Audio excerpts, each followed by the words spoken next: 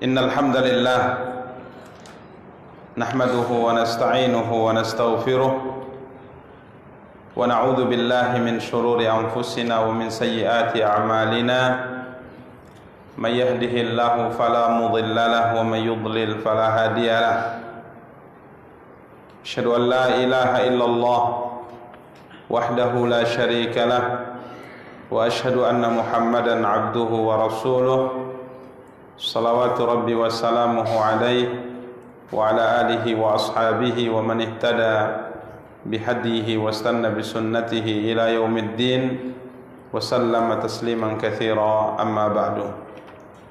Ikhwan dan akhwat, kaum muslimin kaum muslimat rahimani wa rahimakumullahu jami'ah. Puji dan syukur alhamdulillah senantiasa kita ucapkan untuk Allah. Salawat beserta salam semoga senantiasa dilimpahkan oleh Allah untuk junjungan dan panutan kita Nabi Allah yang mulia Muhammad sallallahu alaihi wasallam. Ikhwani kaum muslimin wa akhwati kaum muslimat rahimani wa rahimakumullahu jami'ah. Pada kesempatan yang berbahagia kali ini biiznillah kita akan kembali melanjutkan kajian dan pembahasan kita mencoba untuk membaca salah satu di antara karya yang telah ditulis oleh Syekh Muhammad bin Abdul Wahhab rahimahullahu taala, Kitabut Tauhid, yang pada pertemuan yang lalu kita masih membahas bab yang kedua tentang keutamaan tauhid dan tauhid akan mengampuni dosa. Di mana telah kita bacakan pada pertemuan yang lalu dalil yang pertama dari hadis Nabi kita yang mulia sallallahu alaihi wasallam tentang keutamaan tauhid, di mana Nabi sallallahu alaihi wasallam menyebutkan beberapa hal.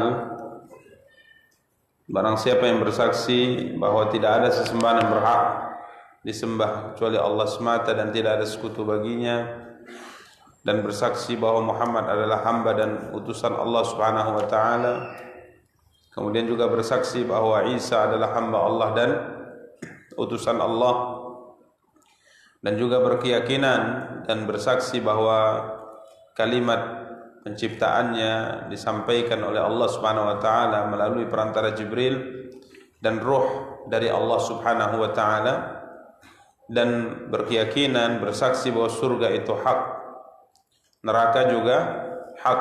Surga ada dan neraka ada, maka Allah Subhanahu wa taala akan masukkan hamba ini ke dalam surga dengan amal apapun yang ia lakukan.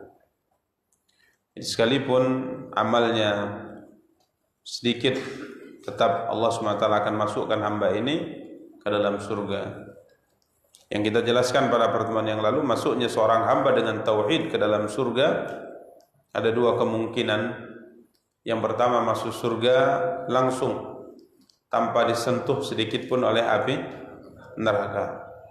Masuk surga langsung dan tidak disentuh sedikit pun oleh api neraka.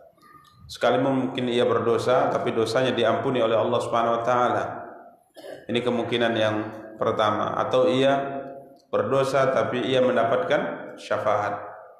Ya, ia mendapatkan syafaat dari Nabi kita yang mulia sallallahu alaihi wasallam, atau syafaat dari orang-orang yang beriman, atau syafaat dari malaikat, atau bahkan mungkin syafaat dari amal yang pernah ia lakukan. Seperti Al-Quran yang ia baca atau puasa yang ia kerjakan juga akan bisa memberikan syafaat, sehingga akhirnya ia tidak disentuh oleh api neraka, dosanya diampuni oleh Allah, dimaafkan oleh Allah, dan Allah langsung persilahkan ia untuk masuk ke dalam surga Allah Subhanahu wa taala. Kemungkinan yang kedua yang kita jelaskan pada pertemuan yang lalu, masuk ke dalam surga tapi dengan disiksa terlebih dahulu di dalam neraka karena banyaknya dosa yang ia lakukan.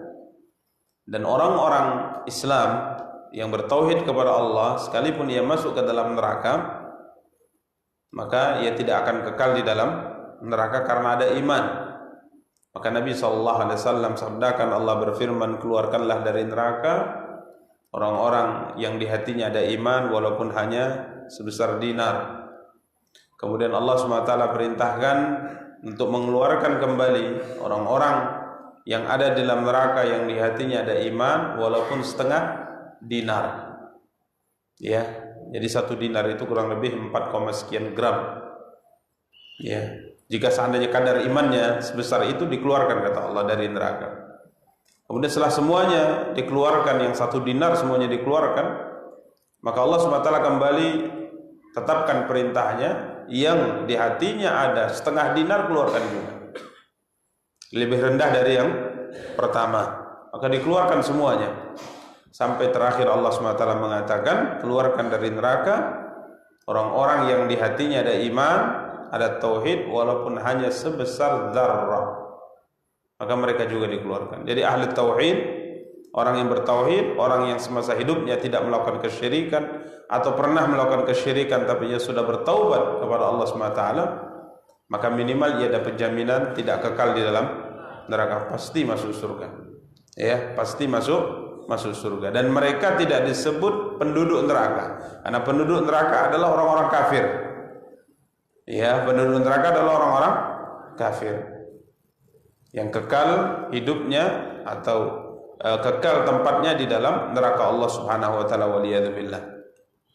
Ini keutamaan berikutnya dari keutamaan tauhid, menjamin seorang itu masuk ke dalam surga Allah Subhanahu wa taala.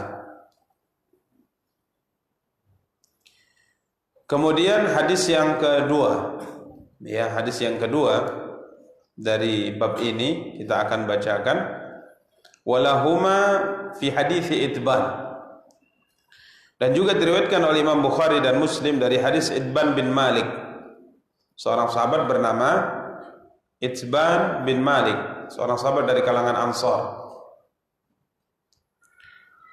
Beliau berkata, telah bersabda Rasulullah sallallahu alaihi wasallam, fa inna Allah harrama 'alan nari man qala la ilaha illallah yabtaghi bidzalika wajha Allah.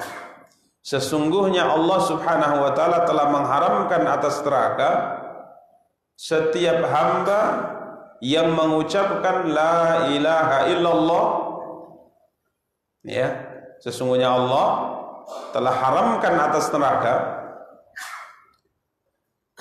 atas setiap hamba, siapapun dia, umum, ia mengucapkan la ilaha illallah, tidak ada sesembahan yang berhak disembah kecuali Allah, yabtaghi bidzalika wajh Allah. Dalam mengucapkan kalimat la ilaha illallah, dia mengharapkan wajah Allah, ikhlas. Dengan hatinya ia ikrarkan itu. Ya. Jadi muncul dari hati yang paling dalam, dengan keyakinan dari dalam hatinya bahwa tidak ada yang berhak disembah kecuali Allah. Maka Allah haramkan hamba ini disentuh oleh api neraka. Ikhwani kaum muslimin wa akhwati kaum muslimat yang dimuliakan dan dirahmati oleh Allah. Hadis ini diriwayatkan oleh Imam Muslim dan juga Imam Bukhari memiliki cerita sebelumnya. Ada seorang sahabat yang kita sebutkan rawi hadis ini bernama Itban bin Malik radhiyallahu ta'ala al-Ansari. Dia imam di kampungnya, ya, imam salat 5 waktu di kampungnya. Fada'ufa basaruhu wa syaqqa alaihi dhahaba ilaihim. Kemudian tatkala ia semakin tua, maka sulit bagi dia untuk datang ke masjid. Sudah berat, apalagi matanya sudah mulai rabun, susah untuk datang ke masjid. Maka kemudian ia minta kepada Nabi SAW untuk berkunjung ke rumahnya. Artinya kalau seandainya tidak mampu ke masjid, sudah tidak mampu ke masjid, dia ingin sholat di rumah, di tempat khusus yang dia ingin mengundang Nabi SAW datang ke rumah tersebut, dan Nabi SAW sholat di tempat tersebut untuk mencari keberkahan. Jadi tatkala beliau sudah tidak mampu lagi ke masjid nanti, beliau akan sholat di rumah. dan beliau ingin Nabi SAW datang dan sholat di tempat khusus yang beliau inginkan, di salah satu di antara tempat di rumah beliau, agar nanti setiap ibadah, setiap sholat dia kerjakan di situ. Maka akhirnya Itban bin Malik radhiyallahu taala mengundang Nabi kita yang mulia sallallahu alaihi wasallam. Tentunya boleh buat jamuan, diundang Nabi. Maka Nabi SAW datang bersama dengan beberapa orang sahabat, termasuk mendampingi Nabi Abu Bakar dan Umar radhiyallahu anhuma. Setelah Nabi SAW masuk ke rumah Itban bin Malik al-Ansari radhiyallahu ta'ala, maka Nabi SAW bertanya kepadanya, "Aina turidu an usalli?" Di sudut mana dari rumahmu ini yang engkau ingin aku salat padanya? Ditanya. Makanya di sini para ulama juga memberikan kepada kita isyarat bahwa rumah kita sebagaimana diperintahkan oleh Nabi SAW, ada bahagian salat yang kita kerjakan di situ. Khususnya bagi kita yang mampu ke masjid, tentunya sholat sunnah, sholat malam, sholat yang lain kita kerjakan di rumah. Dan lebih dianjurkan lagi, ada bahagian khusus dari rumah kita yang kita ibadah di situ, ya, yang kita ibadah di tempat itu. Mungkin di sudut sebelah kanannya, sudut sebelah kirinya, atau di dekat kamarnya, atau di mana kita di situ beribadah kepada Allah Subhanahu Wa Taala. Maka akhirnya Itban bin Malik menunjuk, ini ya Rasulullah, salliha huna, salatlah di sini ya Rasulullah. Kemudian Nabi SAW salat 2 rakaat, kemudian duduk menyantap hidangan makanan yang disediakan oleh tuan rumah Itban bin Malik al-Ansari radhiyallahu taala. Faja'alu yatadzakarun, maka mereka pun mulai ngobrol santai bersama dengan Rasulullah SAW. Sampai akhirnya dalam obrolan tersebutlah seorang yang bernama Malik bin Dukhshum. Tersebutlah seorang sahabat yang namanya Malik bin Dukhshum. Faqala ba'duhum, sebagian yang hadir dari kalangan orang di kampung itu juga diundang oleh beliau, beberapa di antaranya. Sebagian mengatakan Malik bin Dukhshum itu munafik itu ya Rasulullah. Munafik dia itu. Maka Nabi SAW mengatakan, la taqul hakadha, jangan ucapkan hal seperti itu. Tak boleh, kata Nabi. Ya, bukankah ia mengucapkan la ilaha illallah, yuridu wajah Allah? Bukankah dia sepengetahuan kalian semua mengucapkan la ilaha illallah yang dia harapkan dengannya wajah Allah? Kalau memang iya, maka sesungguhnya Allah haramkan atas api neraka siapapun yang mengucapkan la ilaha illallah yang dengan ucapan itu tidak ada yang diharapkan kecuali wajah Allah. Ini hadis membuat kita bahagianya luar biasa. Bahagia luar biasa. Maka benar bahwa nikmat terbesar yang Allah anugerahkan kepada kita adalah nikmat Islam dan iman. Coba antum camkan dan renungkan, masukkan ke dalam hati kita sabda Nabi kita ini yang mulia sallallahu. Sesungguhnya Allah mengharamkan atas api neraka siapapun yang mengucapkan la ilaha illallah, yang dia dalam mengucapkan la ilaha illallah berharap wajah Allah. Dia mengucapkannya bukan karena takut kepada seseorang, dia mengucapkannya bukan karena ingin menikahi seorang wanita, dia mengucapkannya bukan karena ingin berdagang dengan sesama muslim, tidak. Dia ucapkan memang keyakinannya tidak ada yang berhak disembah kecuali Allah. Allah haramkan neraka atas dirinya. Coba bayangkan. Berarti tauhid dan iman ini adalah sesuatu yang paling mahal yang kita miliki di dunia ini. Apapun yang Allah berikan, kalau iman tidak diberikan, gak ada gunanya. Apapun. Dunia diberikan sepenuhnya dengan kita, berlipat-lipat mungkin kekayaan kita Allah berikan, tapi kalau tidak ada iman, tak ada gunanya. Bahkan sungguh demi Allah, binatang lebih mulia dari kita kalau seperti itu. Ini iman, subhanallah. Maka Nabi katakan, la taqul hakadha, jangan kamu ucapkan itu. Bukankah dia mengucapkan apa? La ilaha illallah. Allahumma, kecuali kalau ada indikasi yang mengarah ke sana. Ya. Ini ikhwan kaum muslimin yang dimuliakan dan dirahmati oleh Allah Subhanahu wa taala. Kenapa? Karena selama seorang itu zahirnya muslim, terkait dengan hatinya dalam mengucapkan la ilaha illallah kita enggak tahu. Ya, jangan kita hukumi orang dengan batinnya, karena batin orang kita tidak Tidak tahu. Zahirnya baik, baik. Zahirnya muslim, muslim. Ya. Makanya apa kata Rasulullah SAW kepada Usama bin Zaid dalam kisah yang sangat masyhur yang menjadi pelajaran besar bagi Usama bin Zaid dalam satu peperangan. Usama bercerita, aku melihat seorang tentara musuh bertempur dengan gagah berani. Tidak ada seorang tentara Islam berhadapan dengannya kecuali dia selesaikan, dia bunuh. Sangat luar biasa ini orang. Tidak ada tentara Islam berhadapan kecuali pasti kalah di hadapannya. Sehingga aku berusaha mendekati dia untuk duel dengannya. Karena aku lihat enggak ada yang bisa berhadapan dengan dia. Banyak yang sudah terluka, banyak yang sudah terbunuh di tangannya. Maka aku berusaha mendekati dia. Tentunya perang di saat itu bukan sebagaimana kita sekarang. Perang di saat itu kalau ingin mendekat ke satu jagoan, itu butuh waktu untuk mendekat karena begitu banyak orang sedang bertempur. Makanya biasanya para jagoan dahulu kalau berperang itu ada tandanya. Kalaupun dia pakai baju besi tertutup, dia akan kasih tanda di tubuhnya kalau dia itu si fulan.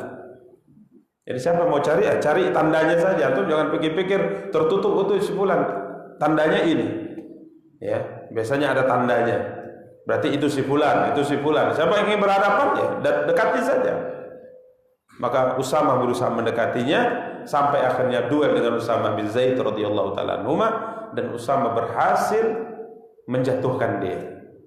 Pedangnya pun, senjatanya pun sudah terlepas dari tangannya. Tinggal bunuh, sudah jatuh, tinggal dibunuh saja. Tapi kiranya tentara kafir ini berkata, La ilaha illallah, asyhadu an la ilaha illallah, ucapkan syahadat dia. Pertimbangan Usama bin Zaid ini. Sebelum kalah tadi habis semua tentara dibuatnya. Setelah kalah sama aku ucapkan la ilaha illallah. Ini enggak betul ini. Tikamnya mati. Enggak betul ini. Ini pura-pura ini karena sudah kalah. Ntar kalau dibiarkan dia pula bunuh aku, kan gitu. Wajar. Karena di medan perang, kalau bukan dia yang bunuh, kita yang dibunuh. Maka dibunuhnya ini orang. Karena menurutnya orang ini mengucapkannya tidak ikhlas dari hatinya. Ini mengucapkan supaya selamat karena sudah kalah. Kalau memang mau masuk Islam tentunya dari awal. Ya, maka dia selesaikan, dia bunuh orang itu. Cerita ini sampai ke telinga Rasulullah SAW. Maka Nabi SAW menegurnya.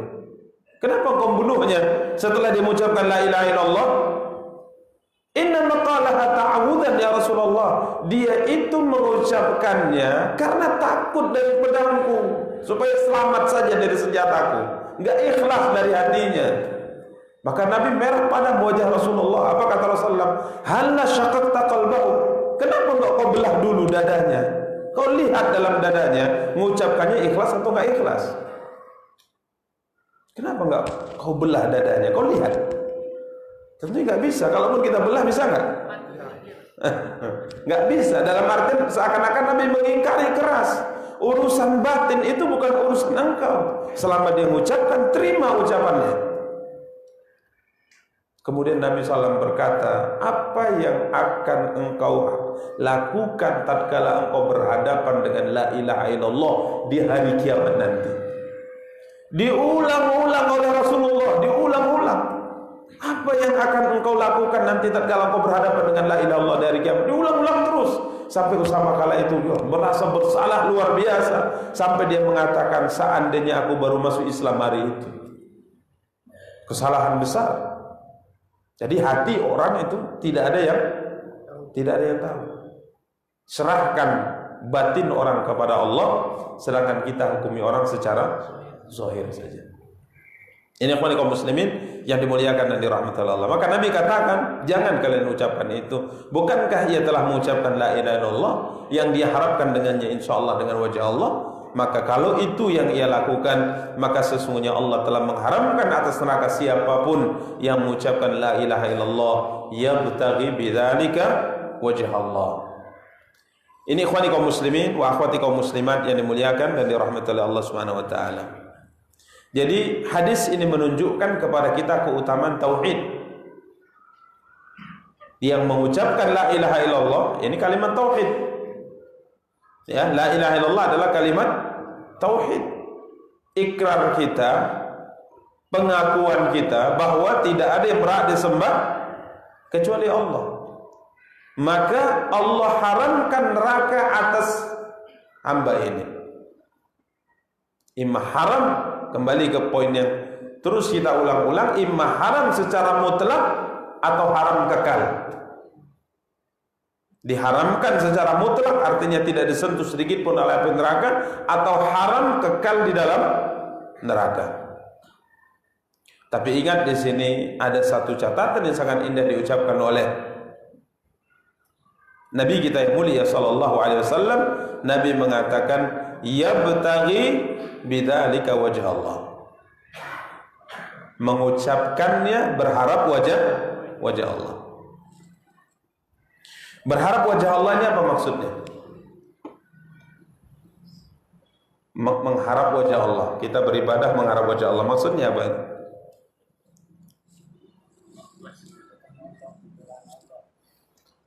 Artinya ingin bertemu dengan Allah, ingin melihat wajah Allah dengan ibadah tadi. Artinya ingin bertemu dengan Allah dan diizinkan untuk melihat wajah Allah. Karena Ahlus Sunnah wal Jamaah berkeyakinan bahwa Ahlus Sunnah berkeyakinan bahwa seorang Muslim di akhirat kelak akan diizinkan oleh Allah melihat wajah Allah. Bahkan hadis tentang ini mutawatir. Di surga kita akan melihat wajah Allah. Ya, nanti insyaallah ada poin tentang sedikit tentang akidah asma dan sifat dalam pembahasan kita insyaallah taala. Kemungkinan di bab ke 40-an mungkin. Tidak apa-apa. Ada seorang ulama mengatakan, kita berjalan di atas agama ini, di atas dakwah Ahlus Sunnah ini, ibarat, kata beliau, maknanya yang saya pahami, seperti seekor kura-kura. Kura-kura itu kalau berjalan, dia tak pikir berujung atau enggak, kan gitu ya. Makanya ada cerita anekdot kura-kura apa? Lomba dengan apa? Dengan kelinci atau apa gitu. Kalau waktu kecil kita dengar, dongeng enggak betul tuh ya.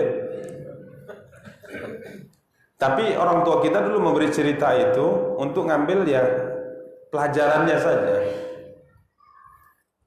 Jadi kura-kura itu tak kalah berjalan, dia tidak berpikir bisa sampai ujung atau tidak. Yang penting dia jalan. Masalah sampai ujung atau tidak itu bukan urusan kita. Begitu juga di jalan belajar ini. Ini kita bahas kitab ini baru bab kedua, ini tebal kitabnya. Ya kan? Yang penting kita baca saja. Daripada nggak kita baca, kita di situ aja. Bagus kita baca pelan-pelan.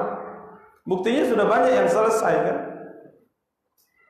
Arba'in Nawawiyah kita selesai, Usulus Salasah selesai. Ya selesai saja lah, yang penting. Masalah ingat atau tidaknya itu nantilah. Yang penting kita sudah belajar. Ya, tujuan kita bukan ujungnya, tapi tujuan kita meninggal di atas jalan ini, tujuan kita. Masalah kita paham sampai ujung kita hafal, wallahu alam. Karena dengan umur kita yang sudah makin hari makin tua agak susah juga. Tapi intinya kita tetap berada di atas jalan ini sampai kita bertemu dengan Allah Subhanahu wa taala, tetap berjuang.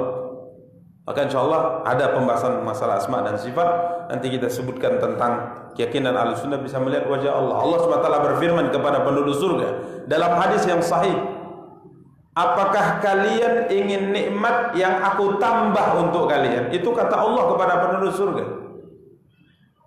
Turiduna syai'an uzidukum au azidukum, maukah kalian nikmat yang aku akan tambahkan untuk kalian? Penduduk surga heran, nikmat apa? Nikmat apa lagi yang kau ingin tambahkan untuk kami? Alam tubayyid wujuhana, bukankah engkau telah cerahkan wajah kami?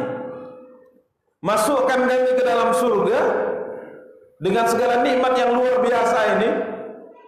Yang paling rendah dari penduduk surga diberikan kerajaan seluas bumi dan 10 kali lipat sepertinya. Yang paling rendah. Sampai tatkala Allah Subhanahu wa taala katakan kepadanya, apa sebenarnya yang membuat engkau enggak meminta lagi sama aku, kata Allah. Itulah bahasa kita, nah pakai bahasa kita. Apa yang bisa kuberikan kepadamu sehingga engkau tidak minta-minta lagi dengan aku, kata Allah. Karena setiap nampak sesuatu minta lagi. Dia berjanji aku enggak minta lagi ya Allah kalau dikasih itu. Dikasih, nampak lebih bagus, minta lagi. Janji, enggak minta lagi. Nampak lebih bagus, minta lagi. Maka Allah mengatakan, apa sih sebenarnya pemberian yang bisa kuberikan kepadamu sehingga kau tidak minta-minta lagi? Maka Allah mengatakan, sudahlah, untukmu kerajaan di surga ini, yang paling rendah ini kedudukannya, yang terakhir kali masuk surga, untukmu seluas bumi dan 10 kali lipat sepertinya. Dengan istananya, dengan sungainya, dengan perkebunannya, dengan bidadarinya, semuanya diberikan. Seluas bumi dan 10 kali lipat sepertinya. Bayangkan itu. Maka dia heran, dia tengok Allah SWT. Dia mengatakan apa? Atastahzi'u bi wa anta rabbul alamin. Ini sabda Rasulullah yang saya baca. Apakah engkau memperolok-olok aku sedangkan kau Tuhan semesta alam? Engkau permainkan aku ya Allah. Mentang-mentang aku minta, kemudian kau kasih seperti itu, kau olok-olok aku ya. Padahal kau adalah Rabb semesta alam. Maka Allah tertawa. Aku tidak memperolok-olok kamu, tapi aku sebenarnya mampu melakukan apapun yang aku kehendaki. Kalau aku berikan yang paling rendah, lebih luas dari itu bisa. Aku mampu melakukan. Ini yang paling rendah. Jadi di saat Allah bertanya, maukah kalian nikmat tambahan dari aku, kata Allah, penduduk surga semua menjawab, nikmat apa lagi? Wajah sudah kau buat cerah, masukkan surga, selamat dari api neraka. Nikmat apa lagi?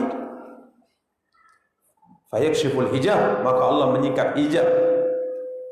Kemudian mereka melihat wajah Allah. Dikatakan oleh Nabi, tidaklah mereka diberi nikmat yang lebih tinggi, lebih membahagiakan mereka, lebih nikmat mereka rasa kecuali melihat wajah Allah.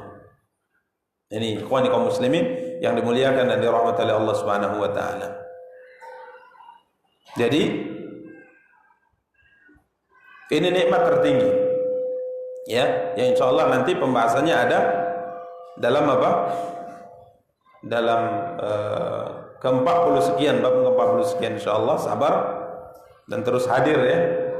Terus hadir. Walaupun hujan tetap hadir. Kemarin yang enggak datang nih lewat ya, yang hujan kemarin enggak datang lewat satu pembahasan. Makanya hujan tetap hadir kita insyaallah. Ya. Oh, Ustaz enak lah naik mobil enggak basah. Ya itu pahalanya lebih besar. Pahala yang basah-basah pahalanya besar, pakai mantel ya. Pahalanya lebih besar insyaallah. Baik. Jadi kita lanjutkan ya. Jadi yang dimaksud dengan yabtagi bidzalika wajah Allah, mengharapkan wajah Allah, maksudnya berharap bertemu dengan Allah dan diizinkan melihat wajah Allah di surga. Makanya bisa disebutkan mengharap wajah Allah, mengharap ridha Allah, mengharap surga Allah agar selamat dari api neraka. Ini kurang lebih sama maksudnya. Ya. Jadi ini menunjukkan dari hadis yang mulia ini, mengucapkan la ilaha illallah itu tidak hanya cukup dengan lisan, tapi harus dengan hati, ikhlas mengharapkan wajah Allah. Makanya ini saya sebutkan tadi, kalau ada orang mengucapkan la ilaha illallah karena ada wanita yang ingin dia nikahi, maka dia mengucapkan syahadat, enggak dapat kemuliaan sabda Nabi SAW yang mulia ini. Ya, ada banyak kita dapati mau nikah syahadat, setelah nikah abu-abu. Nih abu-abu enggak jelas. Nih, akhirnya pengaruhi juga. Istrinya pun jadi abu-abu juga, enggak jelas.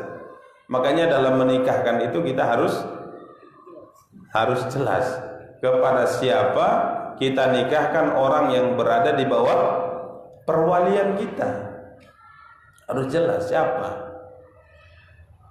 Ya, ini kaum muslimin yang dimuliakan dan dirahmati oleh Allah Subhanahu wa taala. Atau mengucapkan syahadat supaya terjalin komunikasi yang baik dengan seorang muslim misalnya karena ada hubungan dagang. Berarti tidak ikhlas, maka dia tidak mendapatkan apa? Keutamaan. Tidak ada gunanya kalimat la ilaha illallah yang ia ucapkan. Tapi seorang hamba yang mengucapkannya ikhlas dari hatinya, mengharapkan wajah Allah, memang berkeyakinan tidak ada zat yang berhak disembah kecuali Allah, maka ini yang akan mendapatkan keutamaan yang disabdakan oleh siapa?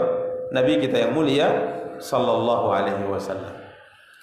Dan yang kedua yang perlu diperhatikan, orang kalau sudah mengharapkan sesuatu, kira-kira berjuang enggak? Berjuang kan? Kalau kita ingin mengharapkan sesuatu, adalah angan-angan dan cita-cita kita untuk mengharapkan sesuatu. Kita kira-kira berusaha enggak seorang manusia secara tabiat untuk mendapatkan apa yang ia angan-angankan? Pasti. Dia akan berjuang, dia akan korbankan semuanya. Ya, tidak ada orang yang ingin sesuatu kemudian tak berjuang, enggak ada. Berarti ini dusta. Ya. Seperti misalnya terkait dengan masalah cinta butuh pengorbanan. Kalau cinta tidak ada pengorbanan berarti cinta palsu. Kita kalau ingin sesuatu pasti kita akan berusaha. Kita punya cita-cita, ingin punya ini dan ini, pasti subhanallah berjuangnya luar biasa. Maka sekarang disebutkan oleh Nabi SAW, la ilaha illallah dia ucapkan berharap untuk bisa melihat wajah Allah, berharap untuk bisa masuk surga Allah. Pasti dia beramal, pasti dia berjuang. Apa menyebabkan dia bisa melihat wajah Allah setelah mengucapkan la ilaha illallah? Maka lihat orang-orang yang masuk Islam mengucapkan la ilaha illallah tapi tidak berjuang kemudian setelahnya, tidak berusaha memperbaiki dirinya dalam ibadah, dicurigai. Walaupun kita tidak pastikan karena hati, tapi dia dicurigai. Karena secara logika orang yang ingin sesuatu pasti akan berjuang keras mendapatkannya. Ini kaum muslimin dan muliakan dan dirahmati oleh Allah. Sehingga keyakinan inilah yang akhirnya menyebabkan seorang ulama berkata, Al-Imam Az-Zuhri berkata, setelah beliau meriwayatkan hadis yang mulia ini, beliau mengatakan, "Summa wajabat ba'da dzalika umurun wa hurrimat umurun fala yaghtar mughtarrun bihadza." Setelah dia mengucapkan la ilaha illallah ikhlas dari hatinya, dia harus pahami ada perkara wajib yang harus dia kerjakan, ada perkara haram yang harus dia tinggalkan, dan jangan tertipu dengan kalimat zahirnya hadis ini saja. Jadi setelah mengucapkan la ilaha illallah, mengharap wajah Allah, kita perlu perjuangan. Di sana ada kewajiban, di sana ada haram. Kewajiban dikerjakan, yang haram ditinggalkan. Maka pertemuan yang lalu kita tanya, seorang yang mengucapkan syahadat la ilaha illallah kemudian hatinya tidak bergerak untuk beribadah, benar tidak syahadatnya? Tidak benar, kita katakan. Muslim KTP, di KTP-nya Islam, kakaknya Islam, di semua dokumen negara Islam. Sholat nggak pernah, puasa nggak pernah, zakat apalagi, haji apalagi, semua ibadah nggak dikerjakan. Muslimkah ini?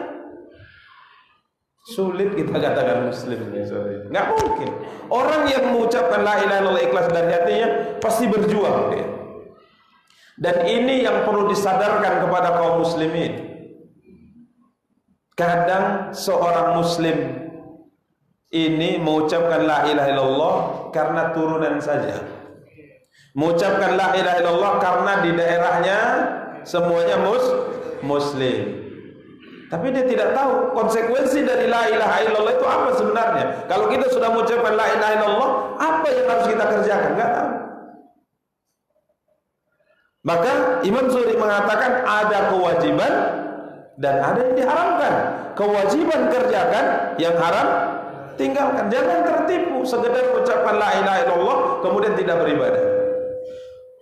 Makanya selalu kita sampaikan sangat-sangat Susah kita memikirkan seorang muslim statusnya tapi tidak pernah sholat 5 waktu.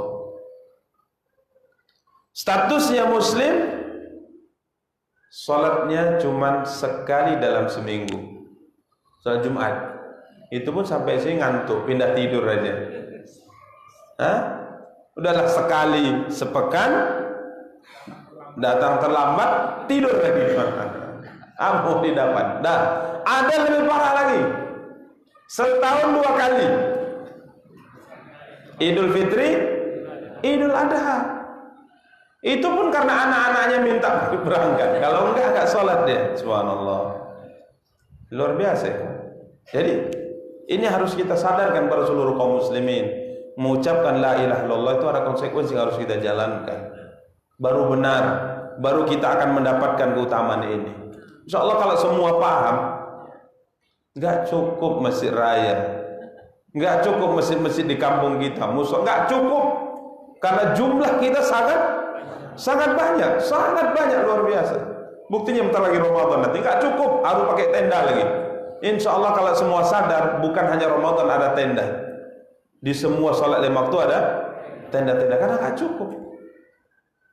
Ini ikhwani kaum muslimin dan dimuliakan dan dirahmati Allah, ini harus kita sadari bersama dan kita sampaikan. Setelah mengucapkan syahadat, ada kewajiban yang harus dijalankan, ada perkara yang haram yang harus dijauhi. Ini ikhwani kaum muslimin wa akhwati kaum muslimat yang dimuliakan dan dirahmati oleh Allah Subhanahu wa taala. Dalil berikutnya dari Abu Sa'id Al-Khudri radhiyallahu taala. Dari Rasulullah sallallahu alaihi wasallam, beliau bersabda, qala Musa alaihi salam, Nabi Musa alaihi salam berkata, ya, kalau Nabi kita yang mulia sallallahu alaihi wasallam, adabnya tidak boleh hanya mengucapkan alaihi salam saja, harus dengan salawatnya. Ya, alaihi salatu wassalam. Kalau untuk nabi-nabi selain beliau, maka boleh kita mengucapkan hanya alaihi salam. Kalau untuk nabi harus dengan salawat, alaihi salatu wassalam atau sallallahu alaihi wasallam. Jadi dua ini harus digabungkan, salawat dengan salam. Karena Allah perintahkan kita dalam Al-Quran seperti itu. Sallu alaihi wasallimu taslima. Ucapkan selawat kepada beliau dan salam. Dua ini harus digabungkan. Kepada selain beliau, yakni para nabi, maka boleh kita hanya mencukupkan apa? Salam saja untuk mereka. Nabi Musa berkata, "Ya Rabbi, 'allimni syai'an adhkuruka wa adu'uka bihi." Wahai Rabbku, ajarkanlah kepadaku suatu kalimat bacaan yang aku bisa menyebutmu dengannya dan aku bisa berdoa kepadamu dengannya. Nabi Musa minta kepada Allah, ajarkan kalimat yang aku bisa mengingatmu, berzikir padamu dengan kalimat tersebut, dan aku bisa berdoa kepadamu dengan kalimat tersebut. Maka Allah berkata, Kul ya Musa la ilaha illallah. Ucapkanlah ya Musa la ilaha illallah. Tidak ada sesembahan yang berhak disembah kecuali Allah. Ucapkan kalimat itu. Maka Nabi Musa berkata, Ya Rabbi, wahai Rabbku, semua hambamu mengucapkan kalimat ini. Jadi Allah katakan, sudah, perbanyak kalimat la ilaha illallah.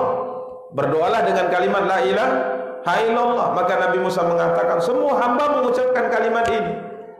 Nabi Musa tidak sedang meremehkan kalimat la ilaha illallah, akan tapi beliau minta kalimat yang itu khusus untuk beliau saja.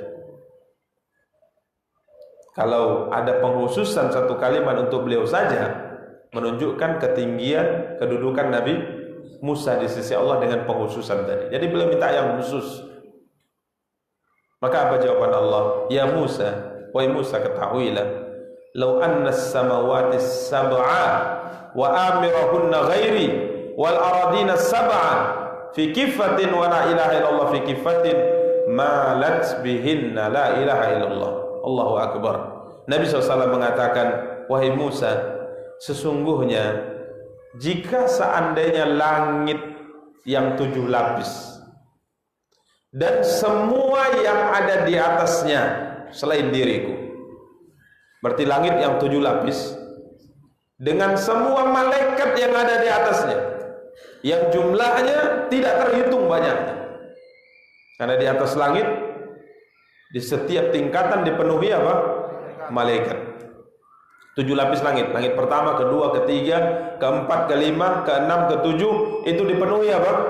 Malaikat. Sehingga Nabi SAW katakan jumlah mereka sangat banyak, sehingga Nabi katakan tidak ada jarak seperti jari ini di langit kecuali di sana ada malaikat sedang beribadah kepada Allah. Artinya begitu sangat rapatnya mereka di sana, karena begitu banyaknya. Ada yang rukuk, ada yang sujud, ada bertasbih, ada yang sholat, ada berdoa dan sebagainya. Jumlahnya sangat banyak. Masuk waktu ya. Kita lanjutkan pada pertemuan yang akan datang. Diingat ya, sampai semua